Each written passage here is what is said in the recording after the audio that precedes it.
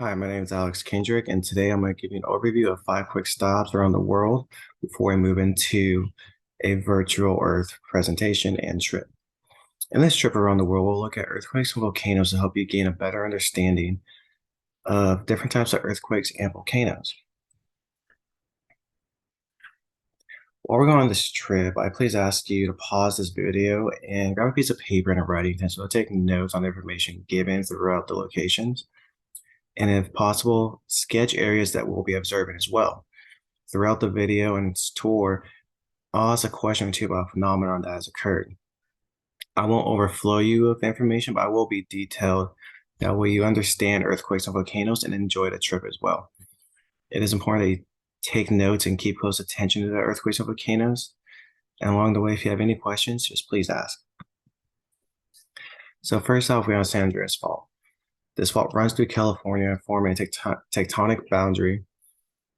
And this fault is a strike slip fault, which means it's going to slip past itself as an earthquake is occurring. And this fault is a sleeping giant. So what that means is like when an earthquake hits, it's going to affect our waters, electricity, roads, or anything along this fault or on the fault massively, and it's all going to crumble. Here I have an extra informational link for you guys to click on and go through.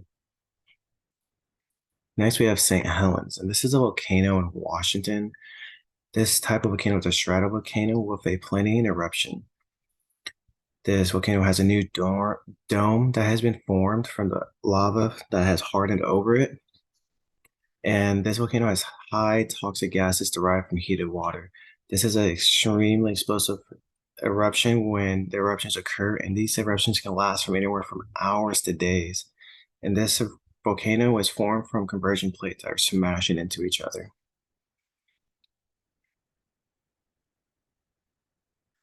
This is Amboy Crater in Mojave Desert. This is a cinder cone volcano with a Plinian type of eruption that is also long-lived from hours to days. It has toxic gases, causes landslides, and creates pyroclastic lava flows. This one is formed from diverging plates and hotspots. Diverging plates are when plates are pulling apart and it's creating the lava flow to arise. Next, we have Mount Etna in Sicily, Italy, which is another stratovolcano and is formed from convergent plates. This volcano is interesting because the eruption is being enormous and almost is very similar to fireworks. This eruption is short-lived but very explosive for 100 meters, and it has very high gas pressure that creates a pasty lava flow. It's very interesting. Lastly, we have the Sierra Madre Fault Zone. This fault zone is from San Gabriel Valley running up the southern edge of San Gabriel Mountains. This fault during an earthquake is converging, so it's smashing into each other, dismantling and creating mountains, and it's all being compressed. So that's why you're seeing these nice little mountains over here. So going back to the San Andreas Fault, I have a question saying, what is happening with this fault? Why is it occurring?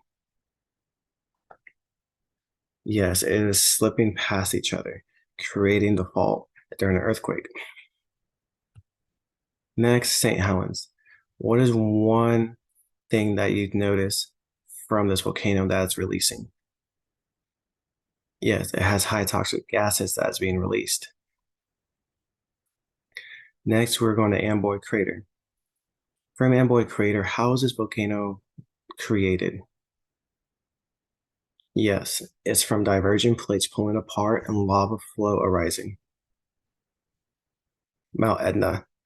Easy question here. What does the eruption look similar to? Yes, it looks similar to fireworks. It's quite beautiful and very intriguing. Lastly, a question about the Sierra Madre Fault Zone. How are the mountain ranges formed on this fault? Correct. They're converging and being compressed together. Thank you. Now we'll move into a separate video where we'll take a virtual tour to each one of these stops.